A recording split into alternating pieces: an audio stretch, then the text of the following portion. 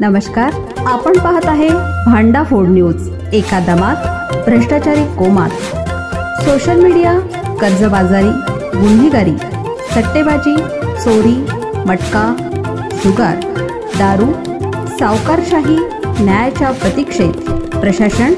भांडाफोड news, एका दमात भ्रष्टाचारी कोमात। सामाजिक न्याय मंत्री संजय शिरसाट यांच्या जीवाला धोका, यांची हत्या झाल्यावर जाग येणार का? तो कोण राजकीय शत्रू आहे जो बेडरूम पर्यंत गेला?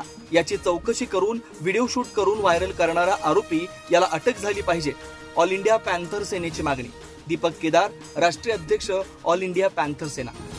संजय शिरसाट हे सामाजिक न्याय मंत्री आहेत आणि सामाजिक न्याय मंत्र्याच्या बेडरूम मधला ते बेडरूम घरातलं बेडरूम आहे आणि या बेडरूम मध्ये जर राजकीय शत्रू जात असतील तर हे अतिशय धक्कादायक आहे। संजय शिरसाटच्या जीवाला धोका आहे। जर बेडरूम पर्यंत राजकीय शत्रू मोबाईल घेऊन जात असेल तर तो उद्या हातामध्ये वेपन शस्त्र घेऊन का जाणार नाही? त्याच्यामुळे राजकीय कट, राजकीय षडयंत्र याच्या पलीकडे जाऊन गृहमंत्र्यांना ऑल इंडिया पॅन्थर सेना मागणी करत आहे की तात्काळ संजय शिरसाट यांचा हा व्हिडिओ कुणी काढला त्याची चौकशी झाली पाहिजे। SIT मार्फत चौकशी झाली पाहिजे। हा ज्यानी कुणी व्हिडिओ काढलाय, कोणत्या सोर्सनी हा व्हायरल झालाय याचा शोध लागला पाहिजे।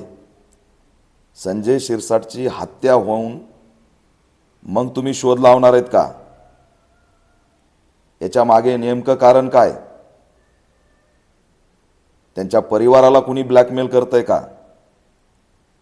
हे प्रकरण सहज नाही।